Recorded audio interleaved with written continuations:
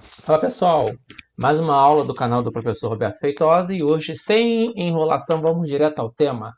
Essa aula ela é a princípio para sétimo ano, tá ok? Que eu preparei, mas se você for do sexto, oitavo, nono e até ensino médio, eu acho muito interessante o que vai ser falado aqui sobre recursos hídricos, consumo e desperdício, que é um tema universal. Tá ok? Então, já sabe o esquema, se não é inscrito, se inscreve, se gostou, clica no botão de curtir e ativa o sininho para receber as notificações. Compartilha, comenta aí embaixo o que você achou, dúvidas, sugestões de novas aulas e vamos à aula!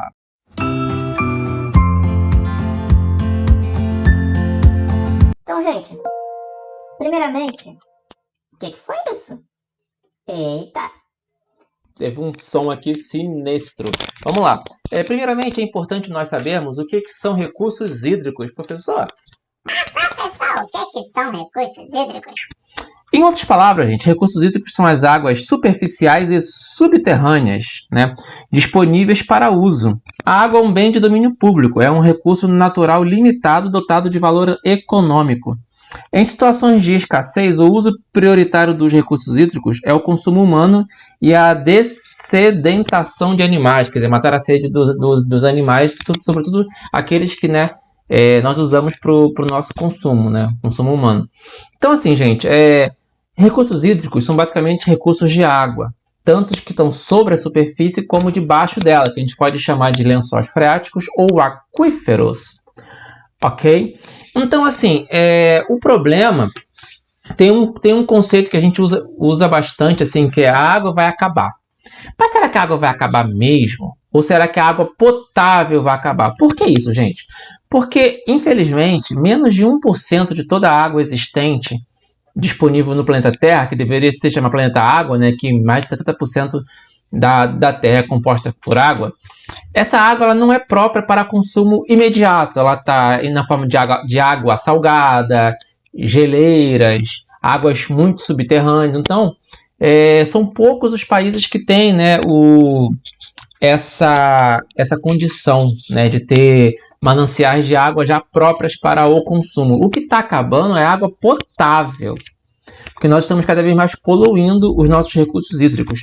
Aqui nesse slide nós temos os três principais usos das bacias hidrográficas ou recursos hídricos, que é para o abastecimento humano, doméstico, a produção de energia e também na questão da indústria e também na agricultura, né? Afinal, tudo que a gente consome, alimentos, tal, até carne, tem água ali. E precisa de água e, por exemplo, as frutas, elas têm água nelas, na composição delas. Então, a água é importante também para isso.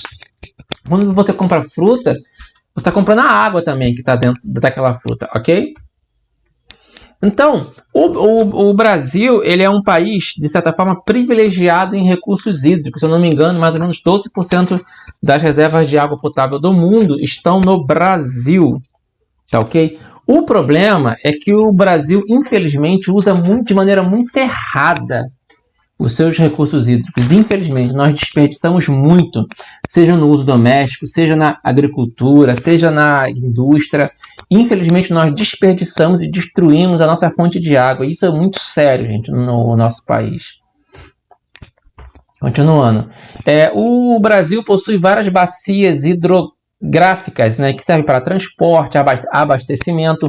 Como o nosso tempo é um pouco curto, para não ficar uma aula muito extensa, lembrando sempre, tendo 100 visualizações, 10 likes, 4 pessoas pedindo continuação, eu posso trazer as outras bacias. O que eu vou focar hoje é basicamente no consumo, né? Falar sobre os recursos hídricos em si.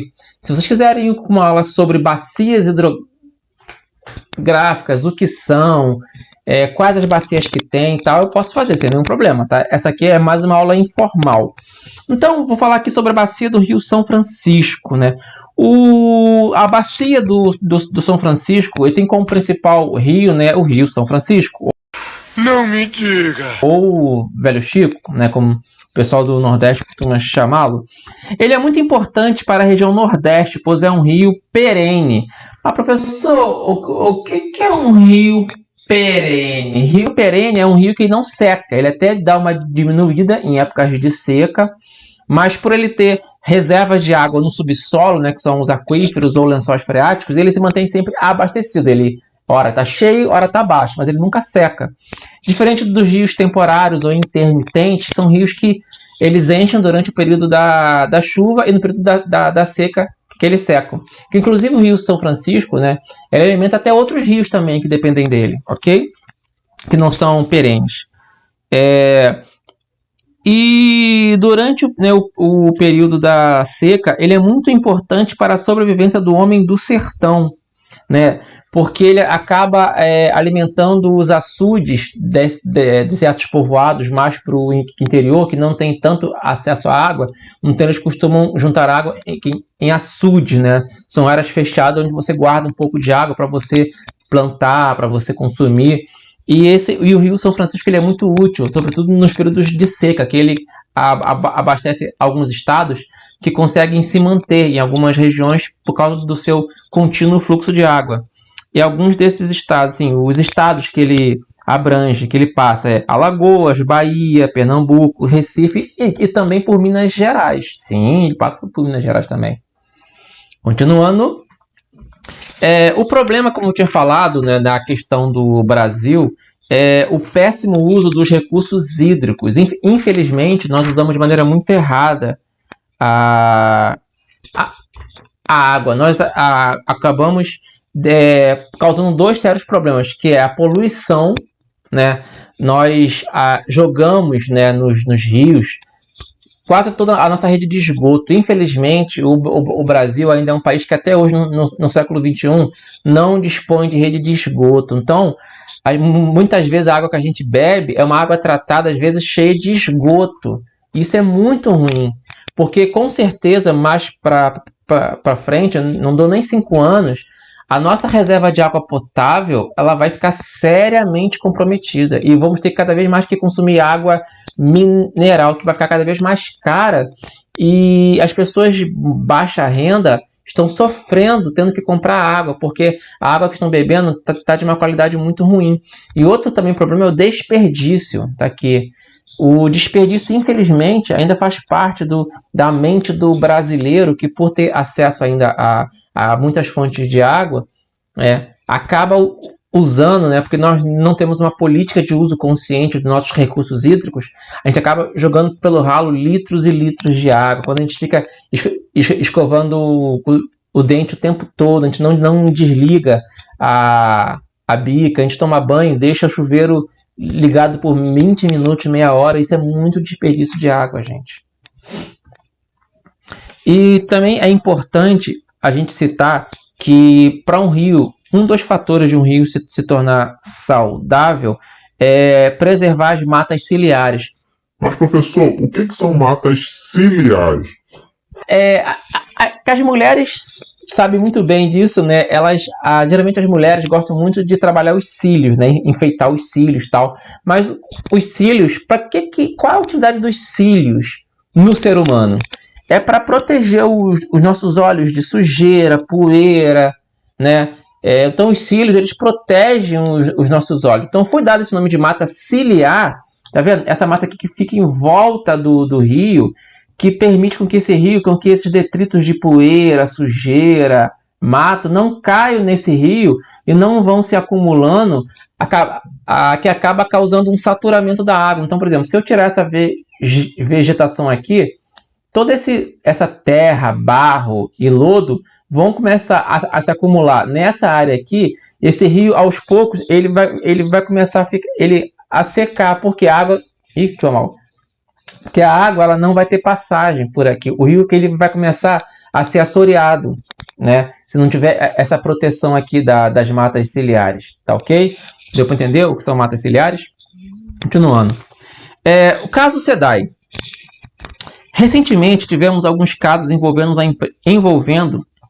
a empresa que fornece água para o Rio de Janeiro, né? Na cidade do Rio,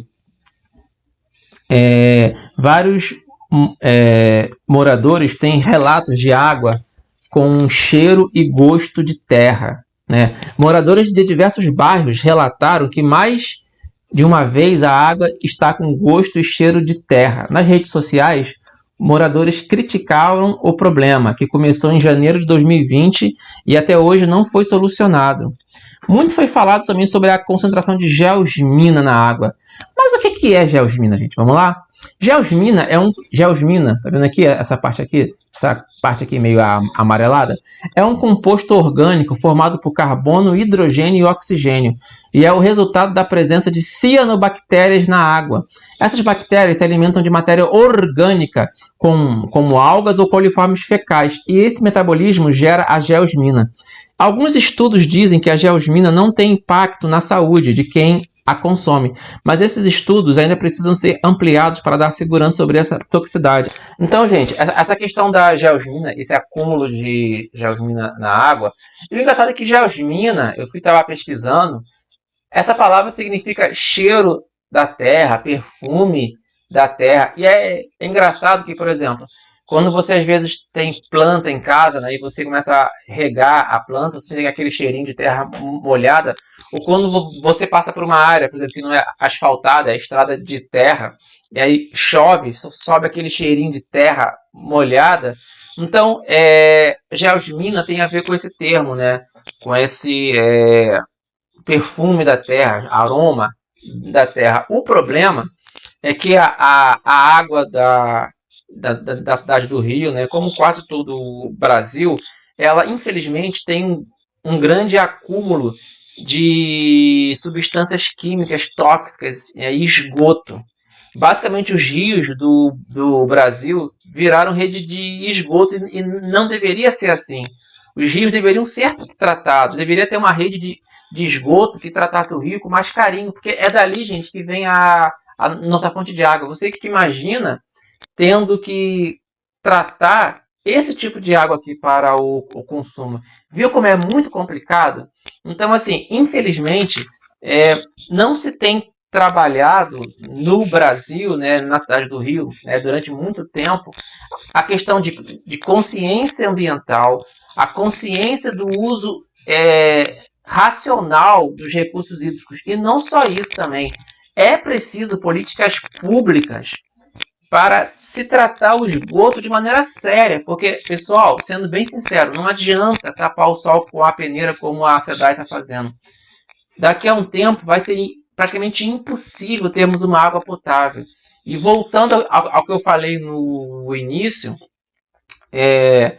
o problema, né, da questão da água da cidade do Rio não é que a água vai acabar. A água não vai acabar. A água funciona através de um ciclo hidrológico, que é o quê? A água ela evapora, né, tem um processo de evapotranspiração e ela retorna ao solo, né, ou ao rio, ao mar. Só que o problema é que cada vez mais essa água potável está contaminada. As reservas de água potável para consumo estão cada vez mais escassas e é necessário usar, né, no caso aqui da SEDAI, cada vez mais substâncias tóxicas. Desculpa, errei. Volta. Cada vez mais substâncias químicas, cada vez mais fortes, para tentar purificar a água. Isso é um sério problema na nossa sociedade. Tá ok, gente? Então, vou encerrar a aula por aqui e vou lançar um pequeno desafio para vocês. Desafio. Nós vimos 3 setores que consomem bastante água, né, no Brasil, que é o consumo doméstico, a agricultura e o consumo industrial, tá? Porque as indústrias precisam de água para produzir certos produtos, para refrigerar as máquinas. A agricultura precisa irrigar, né, o solo, as plantas e o nosso uso doméstico. Mas a pergunta é, no Brasil, qual dos setores abaixo consome mais água? Lembra, não quer dizer que os outros consomem pouco. Todos esses 3 aqui consomem muita água e muito desperdício. Porém, tem um que é o campeão de consumo. Qual é? É o doméstico? É a agricultura ou é a industrial? Vou dar um tempinho para vocês pensarem.